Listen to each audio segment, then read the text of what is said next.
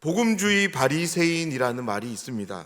신앙생활을 오래 해오신 분이라면 이 말이 조금 이상하게 들리실 것입니다. 왜냐하면 복음과 율법이 함께 할 수 없는 것은 기독교 이치이기에 우리가 복음주의면서 바리새인 이 말이 낯설게 여겨질 것입니다. 왜냐하면 우리가 흔히 복음주의라고 하면 예수 그리스도의 구원과 복음의 중요성을 강조하고 하나님의 기록된 말씀을 이제 강조하는 신앙주의가 바로 복음주의이고, 그에 반해서 바리새인은 유대교의 3대 주요 종파로서 이제 율법을 철저하게 지켜갔던 권위주의적이고 특권의식이 강한 사람들이기 때문입니다. 그렇기 때문에 복음주의와 율법주의는 서로 너무나도 다르기에 어울릴 수 없어 보입니다. 그런데요, 오늘날 놀라운 일이 우리에게 일어났는데, 이렇게 서로 상반되는 의미를 가진 복음주의와 바리새인이 너무나 기괴한 모습으로 이전의 모습보다 더 강력하게 오늘날 우리에게 부활했다는 점입니다. 바로 여러분과 저 우리 안에서 오늘날 이 시대 속에서 부활한 것입니다. 이 말은 제가 만들어낸 말이 아니라 유니온 신학교 학장을 지낸 마이클 리브스라는 교수가 한 말인데요, 마이클 리브스가 한 이 말을 우리는 한번 곰곰이 생각해 볼 필요가 있습니다. 왜냐하면 오늘날 우리의 신앙의 대부분의 모습들이 복음주의이기도 하면서 바리새인적인 면을 갖고 있기 때문입니다. 예수님을 사랑하는 마음으로 주님의 몸된 교회를 사랑하며 성실하게 돌봅니다. 신앙에 열심을 냅니다. 그래서 매주일을 하나님의 말씀을 지켜내기 위해서, 성수, 거룩히 지키기 위해서 우리 모두는 부단한 노력을 기울입니다. 각자의 자리에서 주어진 헌신과 봉사에도 애를 쓰며 수고합니다. 매일 말씀을 묵상하며 은혜를 사모하며 기도도 합니다. 이러한 신앙의 열심을 통해서 날마다 하나님의 말씀에 대한 진의, 복음의 비밀을 발견하거나 그런 것들을 계속적으로 추구해 가면 좋겠는데, 내 안에 만들어진 획일화된 생각과 그런 문화들을 더 발전시키고 견고하게 만든다는 것이 문제입니다. 날마다 우리의 신앙을 통해서 하나님의 나라로 들어가는 것이 아니라 내가 원하는 나만을 위한 나라를 만들고 들어간다는 거죠. 그로 인해 매일의 삶 속에서 빚어지는 갈등을 해결하기 위해서, 어떤 가치를 선택하기 위해서 늘 작용되는 판단의 기준은 성경 하나님의 말씀이 아니라 바로 나 자신이 오랫동안 구축해 놓은 신앙의 관습과 전통이 그러한 판단의 기준이 되는 것을 우리는 적잖이 경험하게 됩니다. 사랑하는 여러분, 복음주의와 바리새인은 절대 함께 할 수 없습니다. 아니, 함께 해서는 안 됩니다. 왜냐하면 복음과 율법이 함께 할 수 없기 때문이죠. 본질이 형식에 가려져서는 안 되기 때문입니다. 무엇보다 예수님께서 바리새인들의 이러한 외식을 철저하게 꾸짖으셨던 것을 우리는 성경을 통해서 마주하기 때문에 복음주의와 바리새인은 결코 함께 할 수 없습니다. 오늘 말씀을 함께 나누면서 나는 지금 어떤 그리스도인인지, 그리고 계속해서 나는 어떤 그리스도인이 되어야 되는지를 하나님 말씀 앞에서 정직하게 돌아보고 결단하는 시간이 되길 간절히 소원합니다.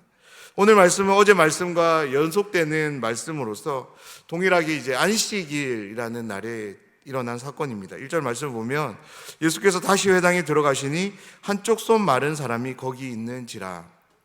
마가는 오늘 3장 1절을 시작하면서 두 인물을 소개하며 시작하는데요, 먼저는 다시 회당에 들어가시는 예수님이고, 또 다른 한 사람은 한쪽 손 마른 사람입니다.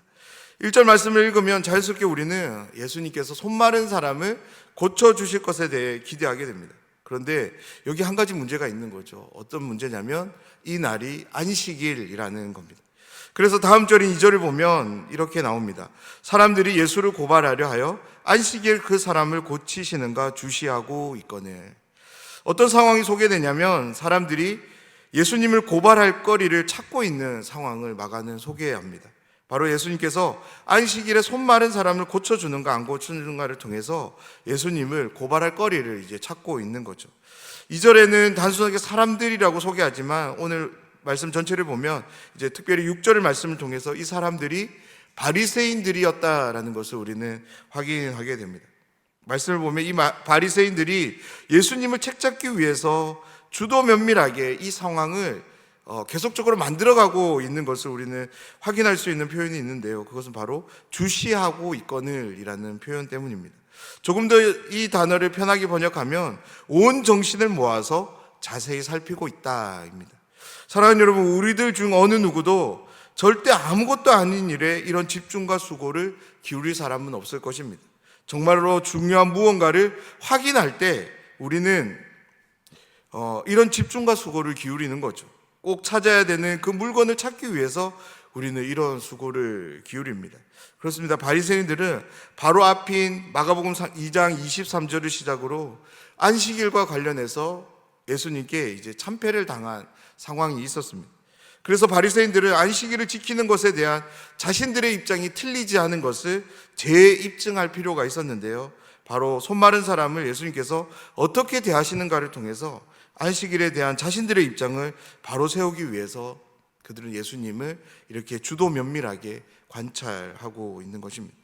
3절 말씀입니다. 예수께서 손 마른 사람에게 이르시되 한가운데 일어서라 하시고, 이 3절의 말씀은 예수님께서 손 마른 사람을 이제 고쳐주시기 위해서 하신 말씀이 아니라 바로 바리새인들의 마음이 어떤지를 이미 아시고는 그들에게 다시금 안식일에 대한 바른 정의, 그 정의를 알려주시기 위해서 이제 손 마른 사람을 불러내고 있는 것을 우리는 보게 됩니다. 그래서 계속되어지는 4절 말씀을 보면 예수님은 손 마른 사람이 아닌 그들, 여기에서 말하는 그들은 이제 바리새인들인데요. 그들을 향해 무엇을 말씀하시냐면 4절 말씀입니다. 안식일에 선을 행하는 것과 악을 행하는 것, 생명을 구하는 것과 죽이는 것, 어느 것이 옳으냐 하시니 그들이 잠잠하거늘. 아멘. 여기서 우리가 한 가지 기억해야 될 것은 바리새인들이 안식일을 철저하게 지켜가기 위해서 여러 조항들을 만들었는데요. 무려 29개나 되는 조항을 만들었다고 합니다. 그 29개나 되는 조항에 보면 어떤 내용이 있냐면 생명이 위급한 사람에 대해서는 안식일이라도 지켜야 된다, 살려내야 된다라는 조항이 있었다고 합니다. 그런데 무엇이 문제입니까? 예수님께서 새로 정의 내리시는 이 안식일 개념과 지금까지 바리새인들이 지켜왔던 안식일 개념이 상충되기 때문에 문제가 되는 거죠. 다시 말씀드리면 바리새인들도 생명이 위태로운 상황에 놓인 사람이 있고 이 날이 안식일이라고 할지라도 예수님이 그 영혼을 도와주는 것에 대해서는 이제 문제로 삼지 않는 거죠. 그런데 바리새인들이 생각할 때 손 마른 사람은 그렇게 위태로운 사람이 아니라는 것입니다. 사랑하는 여러분, 그렇지 않습니까? 손 마른 사람은 우리들이 생각할 때에도 예수님께서 지금 당장 고쳐주셔야만 하는 안식일이라는 이런 엄격한 날에 반드시 고쳐줘야만 되는 그런 위급한 사람으로 안 여겨지는 것이 우리의 입장입니다. 그런데 예수님은 바리새인들을 향해서 뭐라고 얘기하냐면 다음에 나오는 6절 말씀 보면 그들의 마음이 완악하다라고 이야기합니다. 예수님께서 바리새인들의 마음을 이제 완악하다라고 표현을 하시는데 여기에 표현된 완악한 마음은 어떤 마음이냐면 이제 다른 사람의 마음을 헤아리지 못하고 내 뜻만을 고집하는 마음, 그것이 바로 완악한 마음입니다. 다른 사람이 당하는 어려움은 어떻든지 간에 개의치 않고 타인의 고통에 무뎌진 마음, 아무런 그런 공감할 수 없는 마음을 가진 그 마음을 바로 완악한 마음으로 예수님 말씀하시는데요. 그렇습니다. 당시 바리새인들은 자신들의 의로움을 위해 타인의 입장, 상황을 전혀 고려하지 않는 사람이었던 거죠. 그렇기에 손 마른 사람이 지금 당장 겪고 있을, 아니 어제까지 그리고 그 이전부터 어떤 고통을 겪고 있었는지 바리새인들에게는 중요하지 않았던 거죠. 무엇이 중요했습니까? 하나님이 자신들에게 주신 그 안식일을 그들이 만들어낸 전통과 방식대로 철저하게 지켜내는 것만이 이 바리새인들에게는 중요했던 것입니다. 하나님께서 율법을 주신 이유는 내 이웃을 내 몸처럼 사랑하도록 하기 위해서였습니다. 함께하는 지체가 고통스러워하고 아파하면 그 지체의 고통을 나의 고통으로 여길 줄 알도록 하기 위해서 이 율법들을 주셨다는 거죠. 이러한 이치를 온전히 알고 계셨던 예수님은 이웃에 대한 사랑이라는 가장 궁극적인 하나님의 목적은 상실한 채 내 의로움만을 위해 내가 만든 방식, 내가 만든 전통으로 율법을 지켜가는 바리새인들, 그들의 마음에 대해서 완악하다라고 표현하시고 너무나도 마음 아프게 고통스러워하며 그들을 볼 수밖에 없었던 것입니다. 그래서 예수님은 그들을 향해 탄식하시며 더 나아가 노를 바라기까지 하십니다. 사랑하는 여러분, 예수님의 이 탄식과 노가 어떤 마음으로 되어진 것인지 이해가 되시는지요? 예수님께서 이 땅에 오신 목적은 단순하게 훌륭한 스승이 되시기 위해서, 선생이 되기 위해서 이 땅에 오신 것이 아닙니다. 하나님의 아들로서, 구원자로서 하나님께서 이 땅에 보내셨고 그 보냄을 받고 이 땅에 오신 것입니다. 하나님의 아들로서 그리스도로 사단의 권세에 매인 이 세상을 이 세상에 하나님 나라를 펼쳐 보이시기 위해서 이 땅에 오신 것입니다. 그 나라가 어떤 나라인지를 친히 보여주시기 위해서 예수님이 오신 것입니다. 지금 바리새인들의 눈앞에 그들이 그토록 고대했던 메시아가 서 있고 그 메시아로 인해 펼쳐진 하나님의 나라가 계속적으로 보여주고 있지만 정작 바리새인들은 그것에 관심이 없는 것이죠. 무엇에 관심이 있습니까? 지난 몇백 년간 자신들이 만들어온 율법주의라는 거대한 울타리, 전통을 지켜내야만 한다는 굳은 결심만이 그들의 유일한 관심사였던 것입니다. 사랑하는 여러분, 우리는 어떻습니까? 내가 믿고 확신하며 쌓아온 신앙의 여러 다양한 모습들과 하나님의 말씀이 상충될 때 우리는 지금까지 어떤 태도를 보였습니까? 하나님의 말씀을 굳게 붙잡는 우리 모두가 되기를 간절히 소원합니다. 설령 내가 세워놓은 모든 신앙의 공력들이 다 무너지고 그로 인해서 정말이지 허망해지는 순간이 내 눈앞에 그려진다 할지라도 그것들보다 하나님의 말씀을 더 높은 가치로 붙잡아야 될 기준으로 여길 수 있는 믿음이 저와 여러분 우리의 믿음 되기를 간절히 소원합니다. 그렇습니다. 성경이 말하는, 기독교가 말하는 최고의 정신은 나를 계속적으로 키워가는 것이 아닙니다. 무엇일까요? 나를 부인하는 것입니다. 신앙생활을 지속해 가면서 계속적으로 내가 커져간다면 죄송한 말씀을 드리겠습니다. 신앙생활을 다시 점검해 보셔야 합니다. 세례요한의 외침처럼 그는 흥하여겠고 나는 쇠하여야 하리라.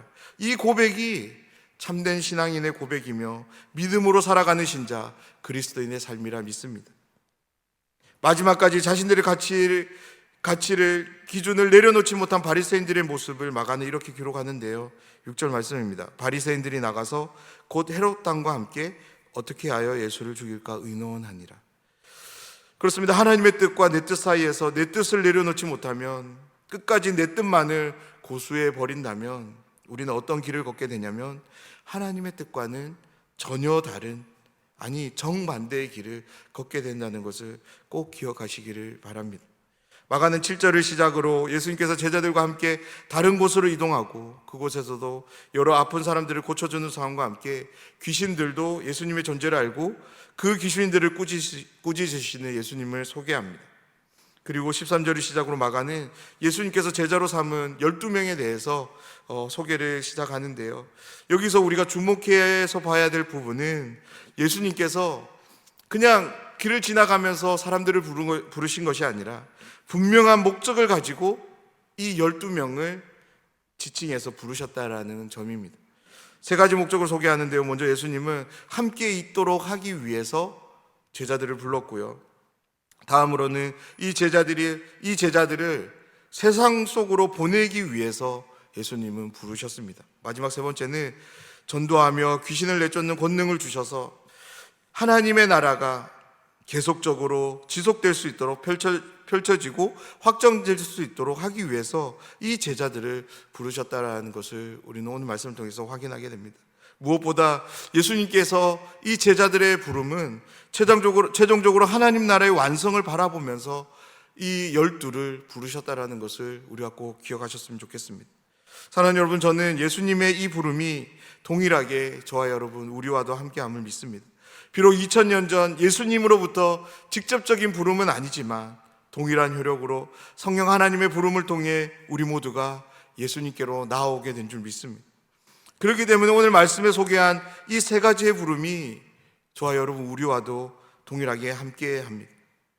오늘 말씀은 우리에게 두 가지 큰 도전을 주는데요.